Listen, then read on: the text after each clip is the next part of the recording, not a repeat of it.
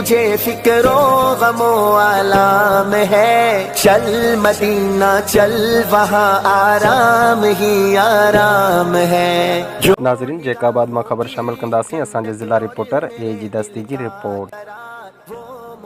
उम्र की शहादत हासिल करण ते जीबी वेब न्यूज़ सरवाण गौस बख्श जमाली और गालिब वसीम बिरोही यार मोहम्मद मोगेरी के घर पहुंची खेस उम्र की शहादत जो मुबारकूं ॾिनियूं।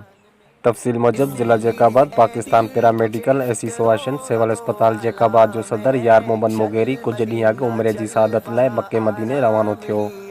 वापस अचण ते यार मोहम्मद मोगेरी के जीबी वेब न्यूज़ सरवाण गौस बख्श जमाली और गालिब वसीम बिरोही खेस घर पहुंची करे दिल की गहराइन से उम्र की शहादत जूं लख लख मुबारकूं ॾिनियूं। उन मौके ते यार मोहम्मद मोगेरी चयो त जेतिरो सकून मक्का मदीना में है तव्हांखे सॼी दुनिया में किथे भी न मिलंदो ऐं मां हर मुसलमान जे लाइ दुआ घुरी त अल्लाह ताला हर मुसलमान के पंहिंजे महबूब जी दरबार की ज़ियारत अता फरमाए ऐं सऊदी अरब में मके ऐं मके मदीने शरीफ जे दीदार लाइ मुंहिंजे सभिनी दोस्तनि खे अल्लाह ताला जल्द घुराए।